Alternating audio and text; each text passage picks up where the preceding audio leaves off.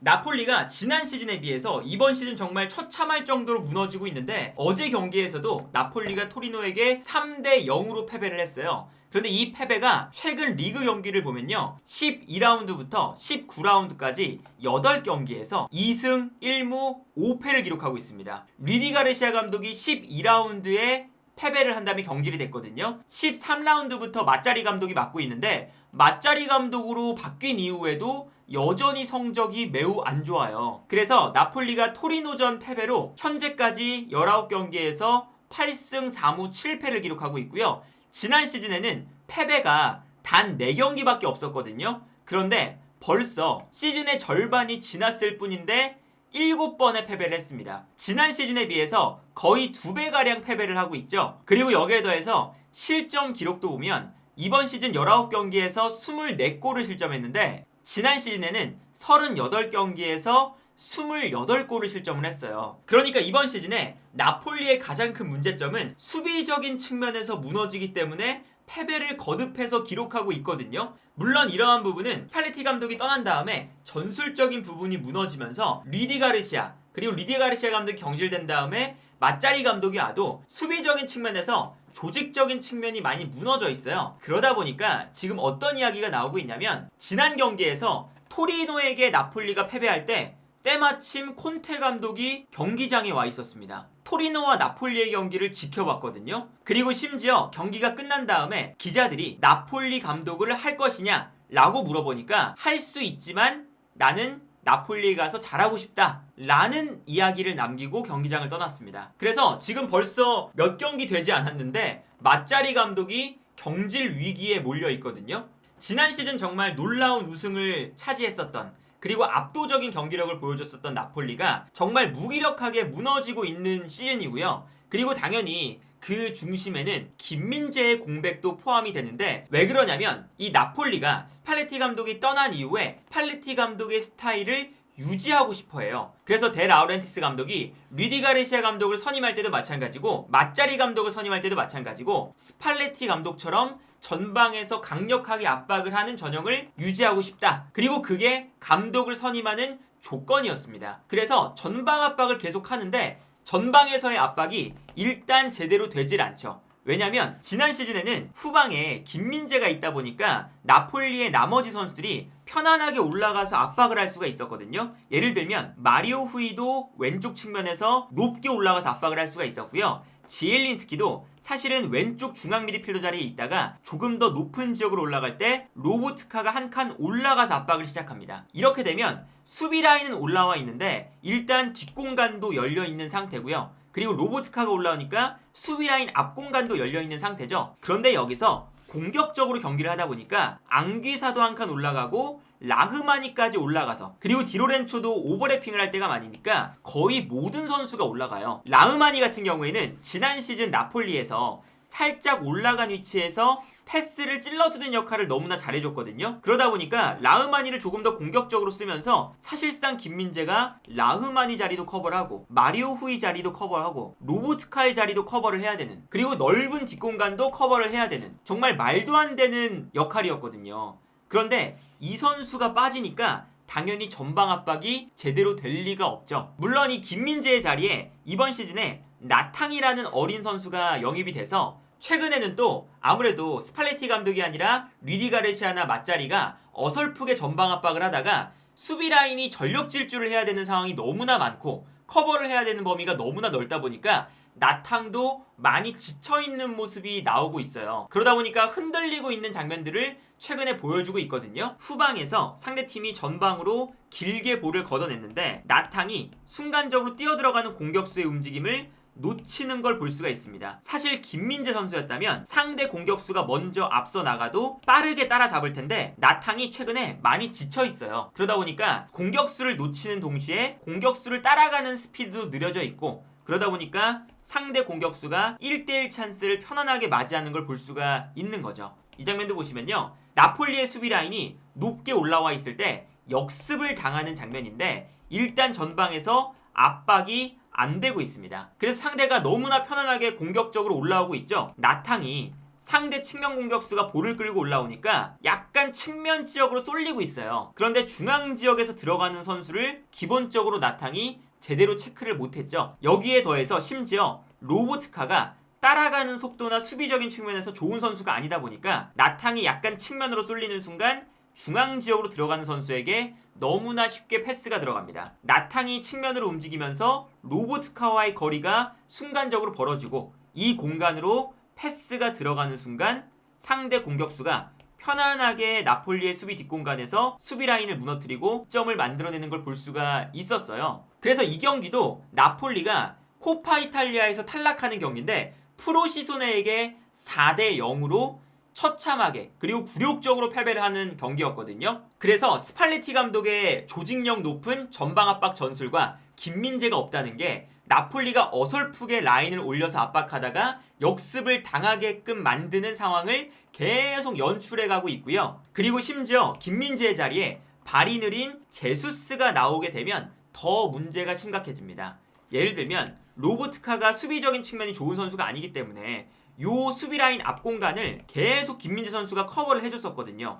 그런데 주앙 제주스가 과감하게 올라가서 압박을 해주는 스타일도 아니고요. 스피드에 자신이 없다 보니까 약간 뒷걸음질 칠 때가 많아요. 그리고 라흐마니가 올라와서 조금 더 압박을 해주지만 라흐마니도 김민재처럼 공격적인 수비에 완전히 강점이 있는 선수가 아니다 보니까 이 수비 라인 앞 공간 로보트카를 기용하면서 어쩔 수 없이 발생하는 수비적인 약점이 이번 시즌에 크게 드러나고 있습니다. 마리오 후이도 수비적으로 좋은 선수가 아니죠. 마리오 후이의 뒷공간도 커버를 해야 되는데 제주스가 이 공간도 김민재처럼 제대로 커버를 못 해주니까 마리오 후이의 뒷공간 그리고 로보트카의 뒷공간 요 공간들이 나폴리의 수비적인 약점이 되어가고 있거든요. 그러니까 아무래도 마리오 후이나 로보트카 같은 경우에는 수비형 미드필더와 왼쪽 풀백이지만 수비적인 측면보다는 공격적인 측면 혹은 빌드업적인 측면에 장점이 있는 선수들이잖아요. 다소 수비적으로는 문제가 있는 선수들인데 이 문제를 지난 시즌의 김민재가 사실은 정말 괴물과 같은 커버력으로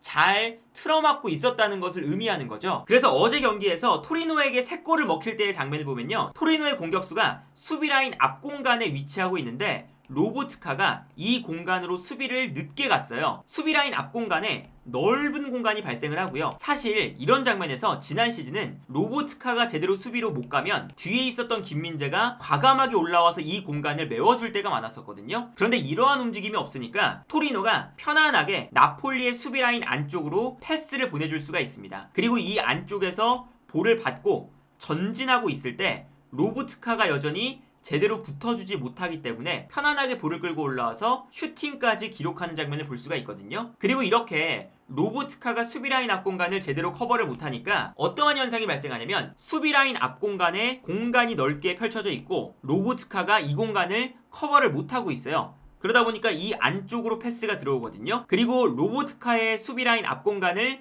채워주기 위해서 뒤에 있었던 라흐마니가 올라와서 이 공간을 커버를 해줍니다. 로보트카가 공격적인 수비가 강한 선수가 아니다 보니까 올라오긴 올라오는데 여기서 상대 공격을 지연시킬 정도의 압박밖에 못하고 있어요. 뒤에 있었던 라흐마니가 로보트카가 커버하지 못하는 수비라인 앞 공간으로 올라가주고 있거든요. 그런데 여기서 문제는 뭐냐면 라흐마니가 올라와서 수비라인 앞 공간을 커버할 때 라흐마니가 공격적인 수비에 그렇게 강점이 있지 않다는 거죠. 그러다 보니까 수비라인 앞에서 볼을 빼앗는 것이 아니라 상대 공격을 지연시킬 정도의 플레이밖에 하지 못합니다. 라흐마니가 올라가니까 왼쪽에 있었던 제수스가 라흐마니의 공간으로 내려오고요. 로보트카가 제주스의 공간으로 내려가게 되는데 여기서 문제는 뭐냐? 일단 수비라인 앞 공간에서 라흐마니가 상대 공격을 제대로 뺏어내거나 방해를 못하고 있고요. 라흐마니가 올라가니까 로보트카가 수비라인으로 내려가는데 그 뒷공간으로 뛰어들어가는 공격수에게 패스가 들어가는 순간 로보트카가 제대로 수비적인 측면에서 역할을 못하죠. 이 패스가 들어가는 순간 너무 편안하게 토리노의 공격수가 볼을 받게 되고요. 로보트카가 제대로 압박을 안 해주기 때문에 편안하게 1대1 찬스를 맞이하는 걸 볼 수가 있었어요. 그리고 이 로보트카의 앞공간뿐만 아니라 이 장면도 보시면요. 왼쪽 풀백인 마리오 후이가 아까 말씀드렸던 것처럼 수비적인 측면에 약점이 있는 선수다 보니까 마리오 후이의 뒷공간으로 토리노의 공격수가 뛰어들어갑니다. 그런데 이 공간을 커버하는 선수가 제주스였거든요. 이게 김민재 선수가 있었다면 마리오 후이의 뒷공간을 확실하게 커버를 했겠죠. 그런데 심지어 제주스가 토리노의 공격수보다 더 앞선 위치에서 뛰어가는데도 불구하고 이 공간으로 패스가 들어갈 때 제주스가 스피드가 느리다 보니까 토리노의 공격수에게 이 공간을 먼저 뺏깁니다. 그리고 제주스가 이 공간으로 뛰어 들어가는데 스피드에 자신이 없다 보니까 과감하게 달라붙지 못하고 약간 기다리는 수비를 해요. 마치 좀 다이어 같은 플레이인 거죠. 기다리는 수비를 하다 보니까 토리노의 공격수가 측면에서 볼을 받은 다음에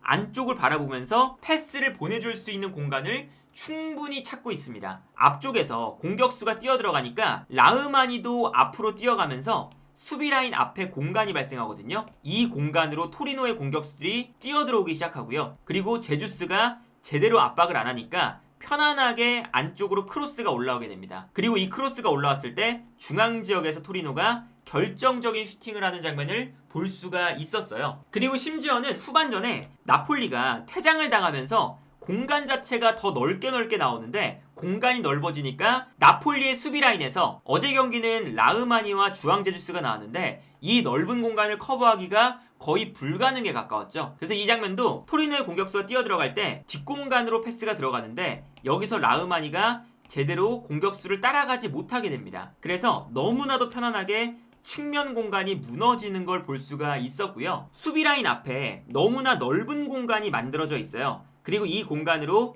토리노가 공격을 전개하는데 여기서 중거리 슈팅 찬스가 나거든요. 슈팅을 허용할 때 이 앞쪽에 주앙 제주스가 있었습니다. 근데 만약에 김민재 선수였다면 여기서 슈팅이 들어갈 때 빠르게 달려나오면서 슈팅을 방해하거나 그리고 슈팅이 이루어질 때 몸으로 슈팅을 블락하는 경우가 김민재 선수가 많았었죠. 주앙 제주스가 올라오지 않고 약간 뒷걸음질 치면서 상대 공격수가 편안하게 슈팅할 수 있는 공간을 만들어주고요. 슈팅이 들어갔는데 여기서 주앙 제주스가 약간 볼을 피하는 모션을 가져가요. 다른 각도로 보면 이런 장면이거든요. 상대 공격수가 슈팅을 시도하는데 주앙 제주스의 몸이 순간적으로 옆으로 돌아서 있죠. 그러다 보니까 주앙 제주스가 오히려 볼을 피하는 동작이 되면서 주앙 제주스의 옆 공간으로 슈팅이 들어갑니다. 그리고 심지어 골키퍼 입장에서는 주앙 제주스가 시야를 가리는 선수가 되면서 이 중거리 슈팅을 막아내지 못하고 실점을 허용하는 장면이 나오거든요.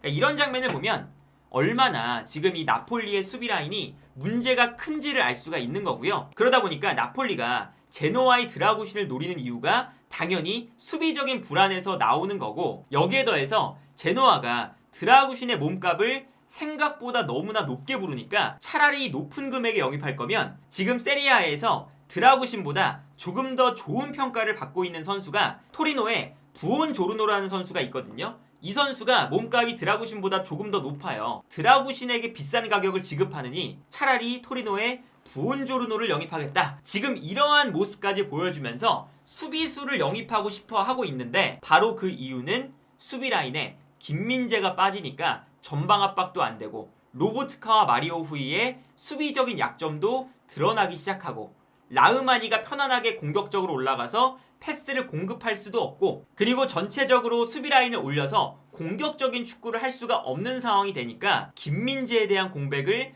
뼈저리게 느끼면서 수비수에 대한 보강을 절실하게 추진하고 있다. 나폴리의 후임 감독으로 콘테 감독이 지목되고 있는데 이것도 콘테 감독이 워낙에 수비적으로 뛰어난 감독이다 보니까 수비가 흔들리는 나폴리에게 적합한 감독이다 라는 이야기가 나오면서 연결이 되고 있는 거거든요. 이런 걸 생각해보면 얼마나 이 김민재의 영향력이 나폴리의 수비 라인에서 컸는지를 알 수가 있는 거고 그리고 이번 시즌 벌써 리디 가르시아 감독에 이어서 마짜리 감독까지 경질 위기를 앞두고 있으니까 지금 나폴리가 순위가 심각하거든요. 리그 9위까지 떨어진 상황인데 얼마나 팔레티 감독의 공백도 큰지를 뼈저리게 느낄 수 있는 현재 나폴리의 상황이 아닐까 싶네요.